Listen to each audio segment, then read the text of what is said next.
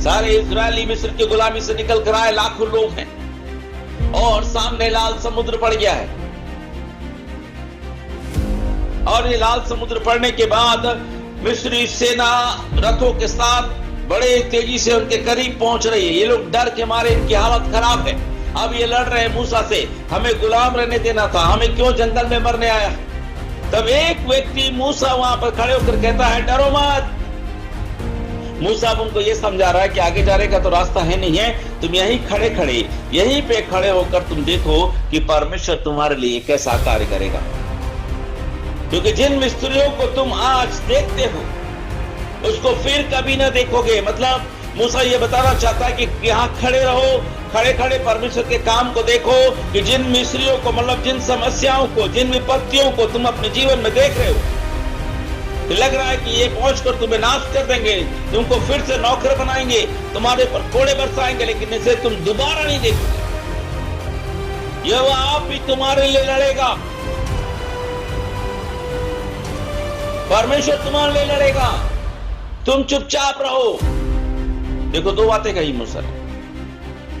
पहले तो मूसा ने कहा, तीन बातें हैं। पहले मूसा ने कहा डरो मत।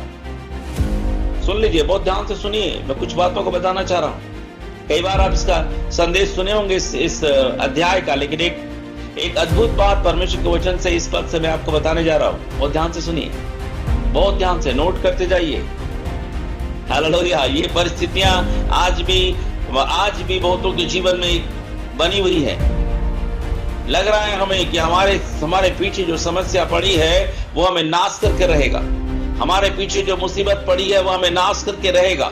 हमारे पीछे जो बीमारियां पड़ी हैं वो हमें नाश करके रहेगी। उन लोगों के लिए जिनको लग रहा है कि उनके जीवन में ये समस्याएं जरूर उनको खत्म करेंगी, आज परमेश्वर का वचन आपको संदेश देने जा रहा है। आज परमेश्वर का वचन आपको समझाने जा रहा है कि क्या हुआ था और क्या आपके साथ प्रभु आज करना चाहता है। माय डियर्स, यहां पे देखिए मूसा ने लोगों से कहा डरो मत। पहला बात, खड़े वो उद्धार का काम देखो, खड़े मतलब कुछ मत करो,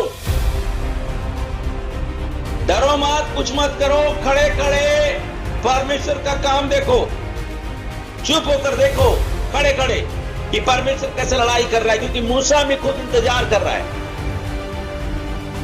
मूसा को भी अभी तक मालूम नहीं है क्या होने वाला है आगे, लेकिन मूसा इतना कंफर्म है कि गॉड यहां पर लड़ने वाला है। और मूसा सबको संदेश दिया कि तुम चुपचाप यहां पे खड़े रहो, चिल्लाओ मत, देखो परमेश्वर कैसे लड़ाई कर रहा है, कैसे महिमा होगी। कितना अच्छा लगता है। कई जगह मैं देखता हूं कि लोग अपने दीवार में ये वचन को लिखे रहते हैं। मूसा ने लोगों से कहा डरो मत, खड़े वो उद्धार का काम देखो जो यहोवा तुम्हारे लिए करेगा। क्योंकि जिन मिस्रियों की तुम आज देखते हो उसको फिर कभी ना देखोगी, यहोवा आप ही तुम्हारे लिए लड़ेगा, इसलिए तुम चुपचाप रहो। ये मैं बहुत जगह देखा कि लोग वचन में इस बात को लिखे रहते हैं, लेकिन ये अधूरा है। ये मूसा का एंगल है। सुन लीजिए बहुत ध्यान से। मूसा परमेश्वर के निर्देश से इनको निकाल कर ला रहा है। मूसा भी सीख रहा है, उससे भी अभी तक पता नहीं परमेश्वर की महिमा और कितनी भयानक आने वाली है। मूसा अपने जीवन में परमेश्वर की बहुत सारी महिमाओं को देखते हुए आ रहा है। उस पर्वत पे चढ़ना, उस परमेश्वर की उपस्थिति में पहुंचना, बहुत सारे अनुभव में प्रभु उसको लेकर गया। लेकिन ये जो अनुभव अभी होने वाला है कि किस रीति से परमेश्वर उनके बीच में चमत्कार करने वाला है, उस अनुभव में मूसा भी पहुंचा नहीं है। लेकिन मूसा के पास ये इंफॉर्मेशन है होली स्पिरिट के जरिए कि डोंट वरी, इसका सॉल्यूशन गॉड करने जा रहा है, क्योंकि मूसा को परमेश्वर ने पहले से बोल दिया है। तो याद रखिए कि जब पवित्र आत्मा हमसे बात करता है, सुन लीजिए, डर का इंतजाम, डर से बाहर केवल पवित्र आत्मा हमको लेकर आता है। इसलिए पौलुस कहता है हमें भय की नहीं, हमें सामर्थ, प्रेम और संयम की आत्मा दी गई है। हमें दासत्व की आत्मा नहीं, हमें लेपालक पुत्र बनने की आत्मा दी गई है, जिसके जरिए से हम परमेश्वर को हे अब्बा और हे पिता कहकर पुकारते हैं। समझिए इस रहस्य को। तो होली स्पिरिट बात कर रहा है मूसा से, इसलिए मूसा के अंदर वो फियर काम नहीं कर रहा है। लेकिन मूसा का जो स्टेटमेंट है, ये स्टेटमेंट हमको लगता है कि मूसा का स्टेटमेंट सही है। बहुत से लोग इस स्टेटमेंट को सही समझते हैं, इसलिए अपनी दीवारों में लिख के रखे हैं। लेकिन मूसा का ये स्टेटमेंट सही नहीं है। यहां मूसा को परमेश्वर ने सिखाया और दोबारा मूसा ने कभी अपने जीवन में यह गलती नहीं की। तो माय डियर्स, मैं बार बार इस बात को कहता हूं कि परमेश्वर का वचन जो हमारे पास में है वो इसलिए है ताकि हम इन चीजों को देखें और सीखें। जैसा मूसा ने कह दिया वैसे हम भी ना कह दें। हमको पवित्र आत्मा सिखाना चाहता है। ये मूसा का एंगल है। मूसा को मालूम है कि परमेश्वर जो है रक्षा करेगा, परमेश्वर बड़ी महिमा को दिखाएगा, परमेश्वर इनको नाश कर देगा। लेकिन मूसा को मालूम नहीं है कैसे होगा। अभी तक उसको पता नहीं है कैसे होगा। मालूम है होगा, लेकिन कैसे होगा पता नहीं है। तो उसने जवाब दिया इस्राएलियों को कि चिल्लाओ मत, चुपचाप रहो, खड़े खड़े देखो कि कैसे परमेश्वर तुम्हारे लिए लड़ रहा है, कैसे तुम्हारी समस्याओं का नाश होने वाला। खड़े खड़े देखो। इसका मतलब मूसा लोगों को सिखा रहा था कि डरो मत, भागने की कोशिश मत करो। भागने के लिए तो कोई रास्ता है ही नहीं। सामने तो समुद्र है। जो आने वाली सेना उसकी ओर मुंह करके खड़े हो जाओ और देखो चुपचाप क्या हो रहा है, क्योंकि परमेश्वर तुम्हारे लिए लड़ने वाला है। बहुत बार हम ऐसा करते हैं, हम वचन को सही रीति से समझ नहीं पाते और हम वहीं खड़े हो जाते हैं और खड़े होकर के हम पीछे मुड़कर अपनी समस्याओं को देखते रहते हैं कि हाँ प्रभु कब इसको नाश करेगा। लेकिन ये गॉड का एंगल नहीं है। गॉड का एंगल नीचे आपको 15 पद में मिलेगा। पढ़िए 15 पद को। हालेलुया। गॉड ने मूसा के स्टेटमेंट को स्वीकार नहीं किया। बहुत से लोग इस वचन को समझ नहीं पाते और केवल उसी को प्रचार कर देते हैं। परमेश्वर का यह स्टेटमेंट नहीं है कि आप चुपचाप खड़े रहें। परमेश्वर का यह सोच है ही नहीं है कि आप अपने मुसीबतों को देखकर वहां चुपचाप खड़े हो जाए। परमेश्वर कहता है आगे कूच कर, विश्वास के कदम आगे बढ़ा।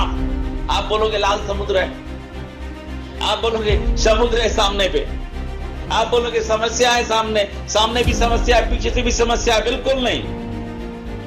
प्रभु कभी नहीं चाहता कि आप रुक जाएं। प्रभु चाहता है कि विश्वास के कदम आगे बढ़ा। डांट लगाया उसने मूसा से। परमेश्वर ने मूसा से कहा तू क्यों मेरी दुहाई दे रहा है? ये क्या तूने लोगों को बोल दिया कि तुम लोग यहां पे खड़े रहो? कहता है इस्राएलियों को आज्ञा दे कि यहां से कूच करें। माय डियर, सुन लीजिए, मेरी बात सुन लीजिए। गॉड का एंगल है। मूसा का एंगल क्या था? यहां खड़े रहो, चुपचाप देखो परमेश्वर कैसे लड़ाई करेगा। परमेश्वर का एंगल ये नहीं है। परमेश्वर कहता है मैं तो लड़ूंगा, मैं तो कंट्रोल करूंगा, मैं को जो करना है वो मैं करूंगा, लेकिन तुम आगे बढ़ो। प्रभु कभी नहीं चाहता कि हम पीछे पलट कर अपनी समस्याओं को देखते रहे। प्रभु चाहता है कि हम आगे बढ़े। परमेश्वर ने उससे कहा कि मूसा तो अपनी लाठी उठाकर अपना हाथ समुद्र के ऊपर बढ़ा, वो तो भाग हो जाए। प्रभु ने कहा अपनी लाठी को उठा और समुद्र की ओर बढ़ा। मूसा अपनी लाठी को नीचे कर दिया। जो सामर्थ का काम प्रभु ने उसके हाथ में दिया है, जो अभिषेक परमेश्वर ने उसको दिया है, प्रभु उसको बताना चाह रहा है कि तेरे हाथ में मैंने अभिषेक दिया है। ऐसा ही मैं तुझे नहीं भेजा, ऐसा ही मैंने तुमको नहीं चुन लिया है। पवित्र आत्मा आपको सामर्थी बनाता है। पवित्र आत्मा आपको अभिषेक बनाता है। हम बार बार इस बात को सुने हैं कि प्रभु यीशु मसीह के लहू से हम खरीदे गए हैं और हम परमेश्वर के बेटे हैं। अपने अधिकारों को जब आप समझने लगेंगे, अपने परमेश्वर की उपस्थिति में अपनी ताकत को जब आप समझने लगेंगे, तब आपको समझ में आएगा कि आपकी समस्याओं का हल आपके हाथों में है, आपके प्रार्थना के जीवन में है, आपके भक्ति के जीवन में है। हालेलुया। माय डियर्स, हम योना के बारे में देख रहे थे कि जब उसने लोगों से कहा कि मुझे उठाकर पानी में फेंक दो, तो लोग डर गए, कैसे हम किसी व्यक्ति को पानी में फेंक देंगे। लेकिन बार बार योना उनको समझाते रहा, ये आंधी तूफान नहीं रुकने वाला भाई, ये आंधी तूफान परमेश्वर नहीं रोकने वाला। मर जाओगे तुम सभी भी। मैंने गलती किया है, मेरी वजह से ये आंधी तूफान यहां पर आया, मुझे पानी में फेंक दो। बड़ी डर मर कर लोगों ने उसको उठाया और उसको पानी में फेंक दिया। जैसे ही पानी में फेंका, बाइबल कहता है एक बड़ी मछली ने योना को निगल लिया।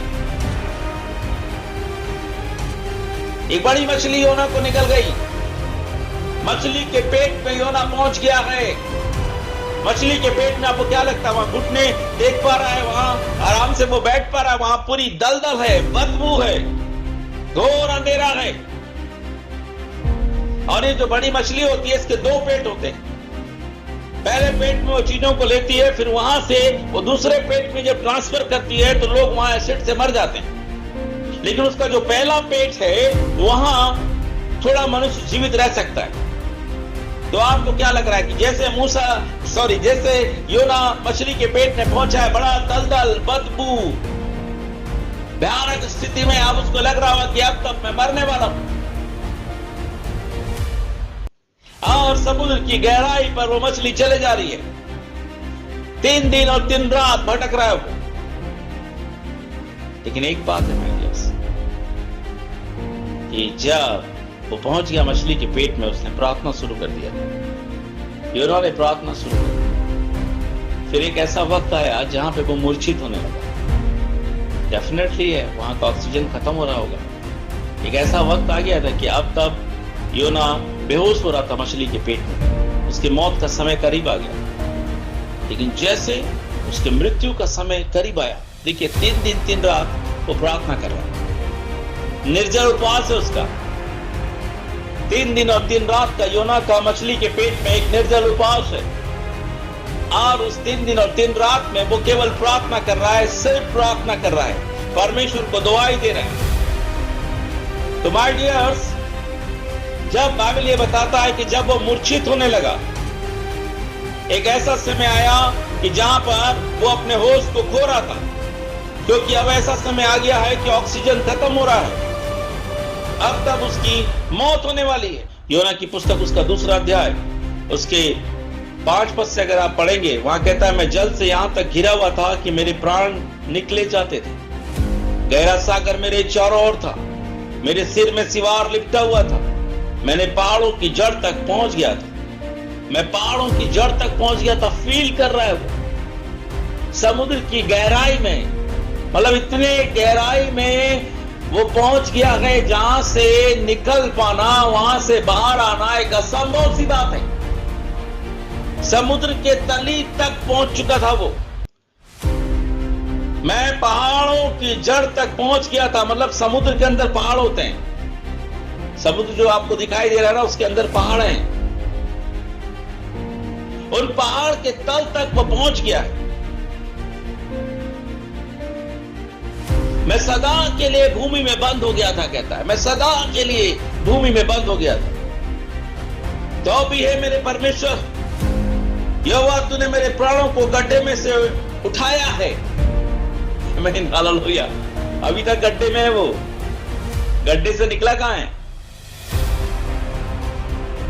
पहले वो कहता है कि मैं तो पहुंच गया हूं, मैं तो मुसीबत में पहुंच गया हूं, मैं तो अब तक इस जमीन में बंद हो गया हूं। परिस्थिति मुझे यहां तक ले गई है कि मैं अब तक नाश हो जाऊंगा। योना की प्रार्थना को आप ध्यान से पढ़िए। अगर आपने अपने बाइबल को निकाला तो देखिए, वो कहता है कि मैं समुद्र के अंदर के पहाड़ के जड़ तक पहुंच चुका हूं और इस जमीन में बंद हो गया हूं। तो भी है मेरे परमेश्वर, यहोवा, तूने मेरे प्राणों को गड्ढे में से उठाया है। आमीन, हालेलुया। घोषणा कर रहा है उस गड्ढे से निकलने की। 7 पद में लिखा है, जब मैं मूर्छा खाने लगा तब मैंने यहोवा को स्मरण किया। आमीन। जब अब वो बेहोश हो रहा है, जरूर ऑक्सीजन की कमी हो रही है। ये मेरे को लगता है जो मैं आपको समझाना चाह रहा हूं, 3 दिन और 3 रात वो मछली के पेट में रहा, तो बिल्कुल वो फील कर रहा है 3 दिन बीत गए हैं और वो समुद्र के एकदम निचली सतह पर वो धीरे धीरे बड़ी मछली तैर रही है और बिल्कुल उस प्रेशर को वो फील कर रहा है योना। फिर उसके बाद योना ने देखा कि मछली जो है ऊपर की ओर जा रही है। तभी वो चिल्लाने लगा कि तू मुझे गड्ढे से ऊपर उठा रहा है। जब मैं मूर्छा खाने लगा तब मैंने यहोवा को स्मरण किया और मेरी प्रार्थना तेरे पास वरन तेरे पवित्र मंदिर में पहुंच गई है। गौर कर रहे हैं आइडियस? वो तो समुद्र की गहराई में पहुंच गया है, मछली के पेट में है, उसकी मौत निश्चित है, बिल्कुल पॉसिबल ही नहीं है कि वहां से वो बच सके। अगर आप इस दुनिया के एंगल में देखें तो अब तो मौत उसकी तय है, क्योंकि समुद्र के तल में पहुंच चुका है, एक मछली के पेट में पहुंच चुका है। ये कमाल है कि वहां पे वो जीवित है, लेकिन अब तक उसकी मौत निश्चित है। लेकिन एक अद्भुत बात और एक इंपॉर्टेंट बात वहां पर हमको यह समझ में आ रहा है कि योना वहां पर कहता है कि प्रभु मैं पहुंच चुका हूं, लेकिन तू मुझे इस गड्ढे से उठाया है। और जब वो मूर्छित होने लगा तो उसने यहोवा को स्मरण किया और कहता है मेरी प्रार्थना तेरे पास वरन तेरे पवित्र मंदिर में पहुंच गई है। योना वहां पर दावा करता है कि प्रभु मैं भले यहां इस जमीन में, इस समुद्र की गहराई में फंस गया हूं, लेकिन मेरा यकीन है कि मेरा प्रार्थना तेरे पवित्र मंदिर में पहुंच गया है। Hallelujah, hallelujah. फिर कहता जो लोग धोखे की व्यर्थ वस्तुओं पर मन लगाते हैं वे अपने करुणा निदान को छोड़ देते हैं। दुनिया के धोखे के व्यर्थ वस्तु में मतलब संसार के प्रति जो मन लगाते हैं, संसारिक बातों में जो लोग मन लगाते हैं, जो प्रभु के लोग हैं, जो परमेश्वर के लोग हैं, और वो लोग पवित्र आत्मा में नहीं जीते, पवित्र आत्मा की उपस्थिति में नहीं जीते, परमेश्वर की सामर्थ्य में नहीं जीते, वो संसारिक बातों पर मन लगाते हैं, वे अपने करुणा निदान को छोड़ देते हैं। वो ये कहना चाह रहा है कि प्रभु मैंने अपने जीवन में संसार के प्रति मन नहीं लगाया है। हालेलुया। वो कहना चाहता है संसार की तरफ मेरा फोकस नहीं है प्रभु, मेरा फोकस तेरी ओर है। अगर मेरा फोकस तेरी ओर है तो मेरा करुणा निदान, मेरे जीवन पर अनुग्रह करने वाला, मेरे जीवन पर दया करने वाला, मेरे जीवन पर आशीष देने वाला, उसने मुझे छोड़ा नहीं है। ये बताना चाह रहा है, ये कहना चाह रहा है। परंतु मैं ऊंचे शब्द से धन्यवाद करके तुझे बलिदान चढ़ाऊंगा। किस बात का बलिदान भाई? किस बात का धन्यवाद? अब गौर कीजिए, मर रहा है, उसकी मृत्यु होने वाली है, उस समुद्र के गहराई में वो फंसा हुआ है, लेकिन वो कहता है मैं ऊंचे शब्द से धन्यवाद करके तुझे बलिदान चढ़ाऊंगा, मैं धन्यवाद दूंगा। कहता है जो मन्नत मैंने मानी उसको पूरी करूंगा। हालेलुया। वहां वो मन्नत मान रहा है, वहां परमेश्वर के साथ में वो कमिटमेंट में जा रहा है, परमेश्वर की उपस्थिति में जा रहा है कि प्रभु मैं तुझे धन्यवाद दूंगा।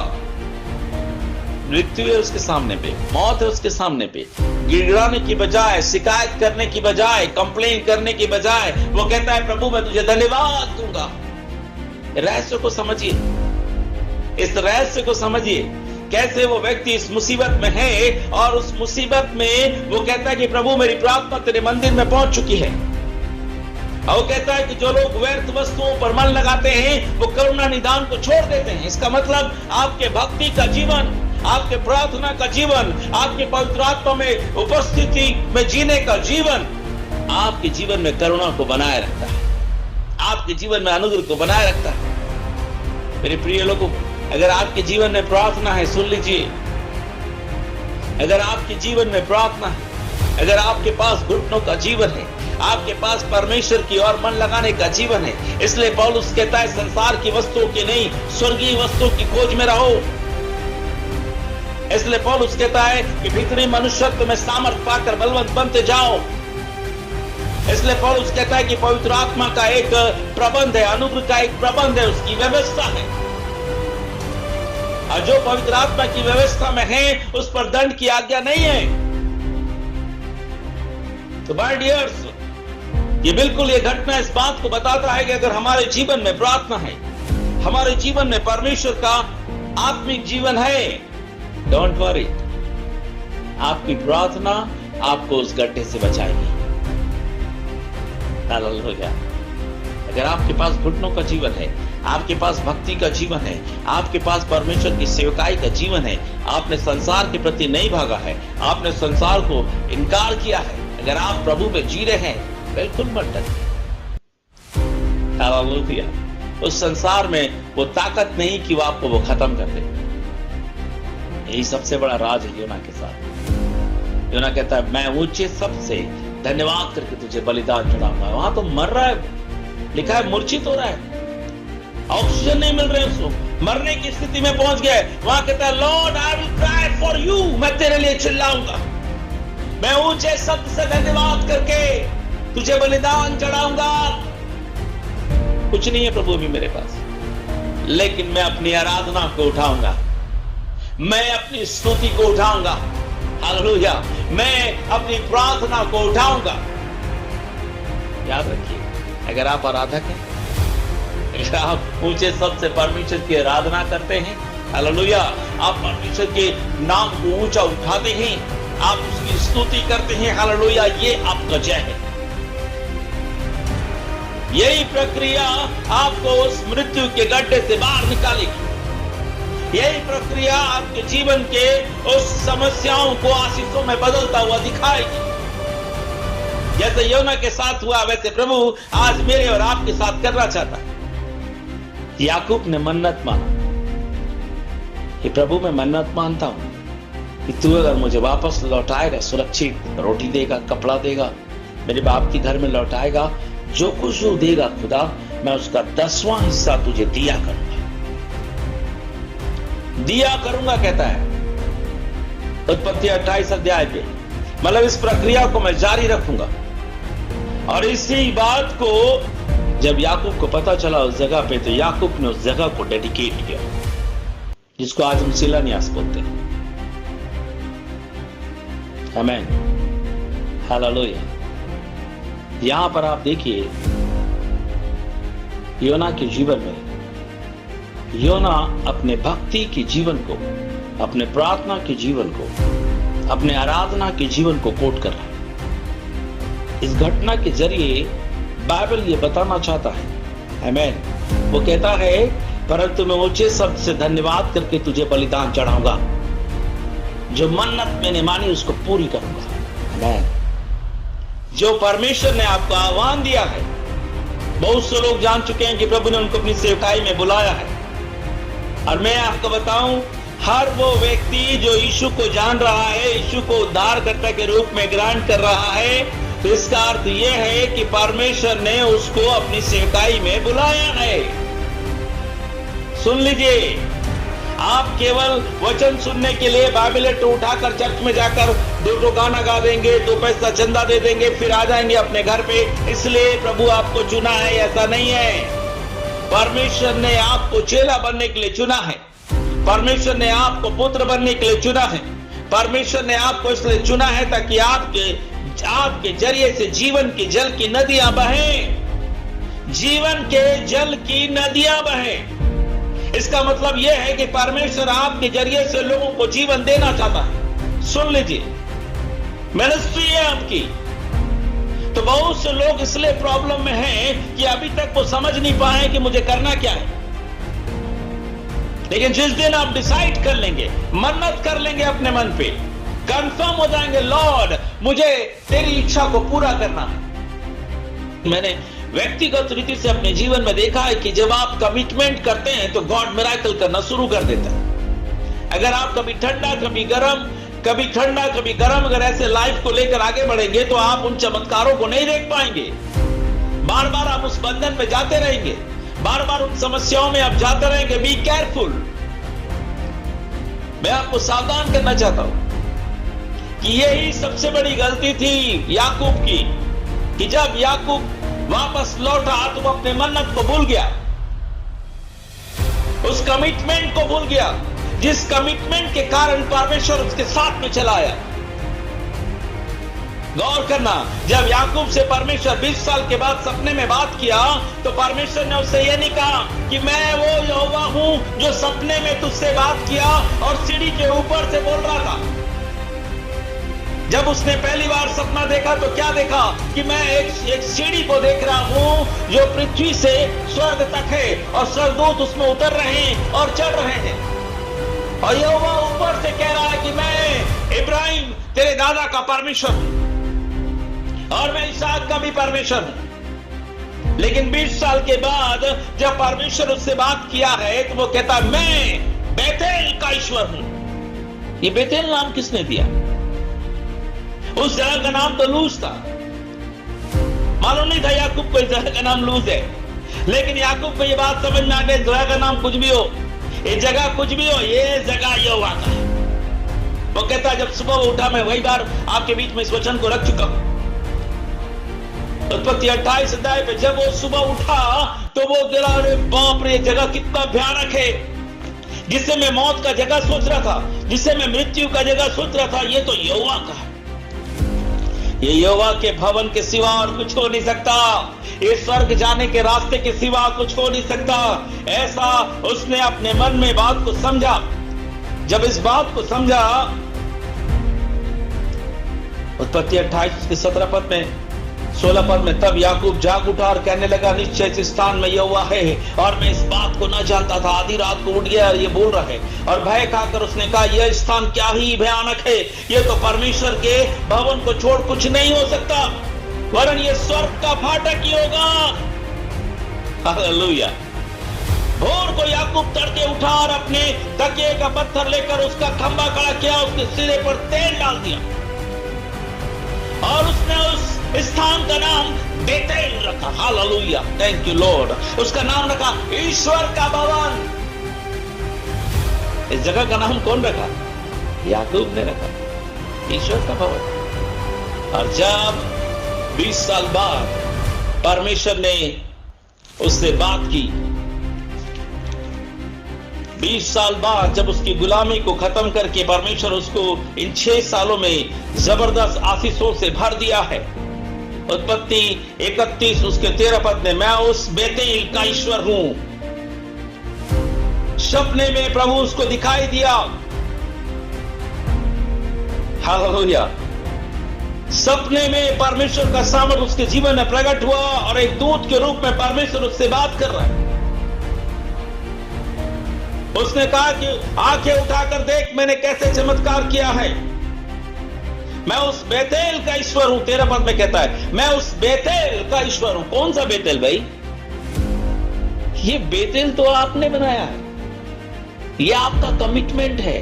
याद रखिए, आप जब प्रतिज्ञा करते हैं ना परमेश्वर की सेवकाई का, जब आप प्रतिज्ञा करते हैं परमेश्वर के काम का, जब आप अपने जीवन में इस बात को ठानते कि प्रभु मैं तेरे सेवा के लिए चुना गया, सुन लीजिए, आप बोलोगे कि नहीं मैं पढ़ा लिखा नहीं हूं, आप बोलोगे मुझे लिखने नहीं आता, आप बोलोगे कि मुझे बोलने नहीं आता। बिल्कुल नहीं। पवित्र आत्मा आपको लिखना सिखा देगा, पवित्र आत्मा आपको बोलना सिखा देगा, पवित्र आत्मा आपको गाना सिखा देगा, सब कुछ सिखा देगा होली स्पिरिट। जब आप उसे समर्पित करेंगे अपना जीवन।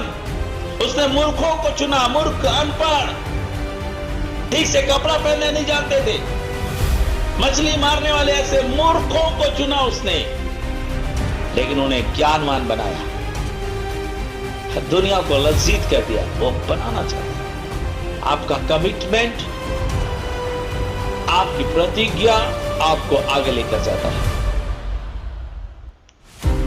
मूसा को भी परमेश्वर ने यही सिखाया। क्यों तो सिखा रहा है यार उनको, खड़े खड़े चुपचाप देखो। मूसा को बिल्कुल नहीं, तू मेरी दुआई क्यों दे रहा है? उनको बोल आगे बढ़ेंगे,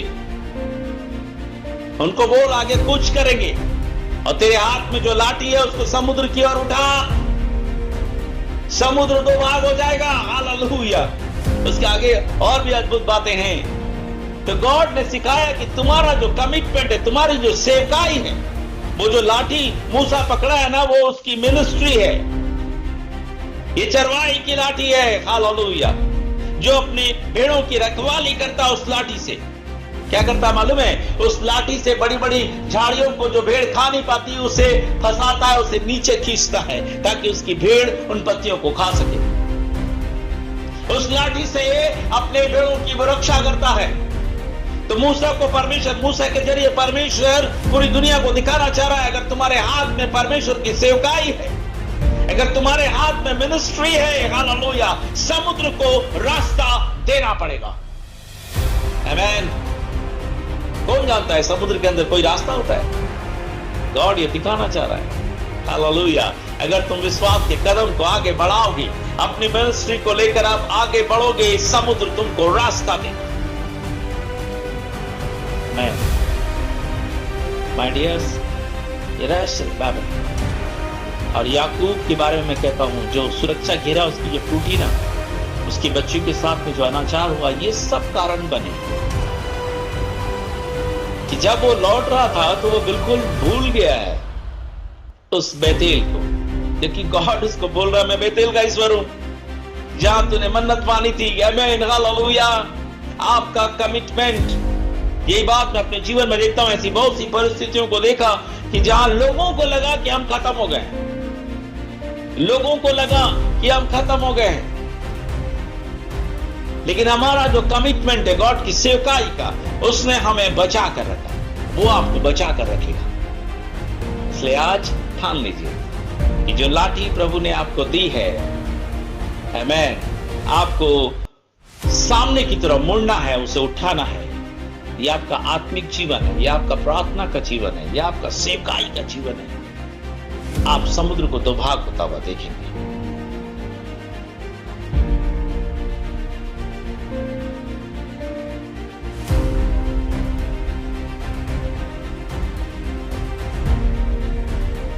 God bless you.